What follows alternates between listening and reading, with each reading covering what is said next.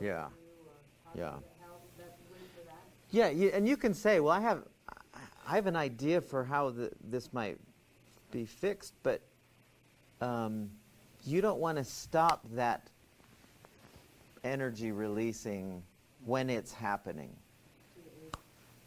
But if she says, I just don't know what to do. I just don't know what to do next.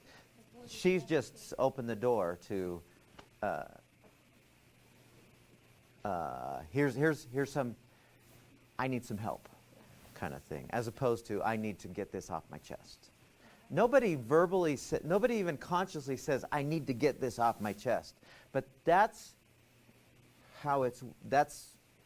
what this is designed to do, is to allow that to get off your chest. That surface tension, that surface energy.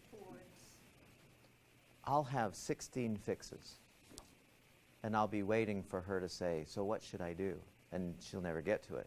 I shouldn't say never, but she'll just, and after 20 minutes of, wow, and that's really upsetting and kind of thing, she's fine.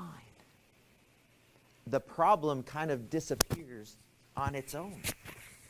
It makes no sense to me at all that can happen, that she's suddenly okay because she's been allowed to have her feelings affirmed, and then Sometimes, so when I'm talking my problems off my chest, sometimes verbally saying them is when I get my solution. Yes, that's the other thing that happens.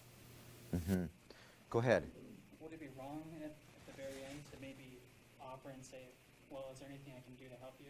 No, it wouldn't be wrong. Would that be a problem? And I don't think that's ever wrong. As long as you are not trying to make that happen, you're just offering it up. Yeah. Because, most of us, solutions come to our mind. Sure, because we're not emotionally involved in it. Exactly.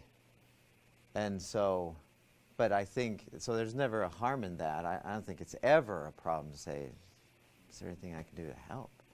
And sometimes she'll say, or he will say, keep listening. So, have you protected yourself emotionally?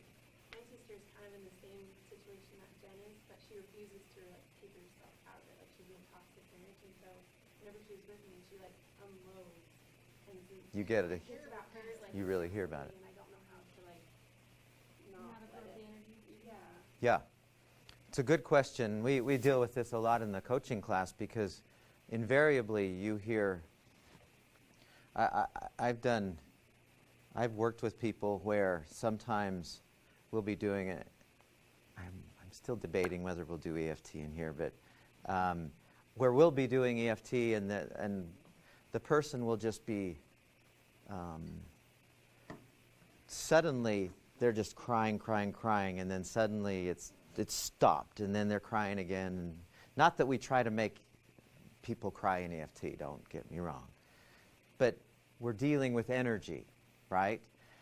Now, the way that I would respond to your question is, because I don't want to absorb that. I don't want to absorb that intensity of emotion that you're feeling.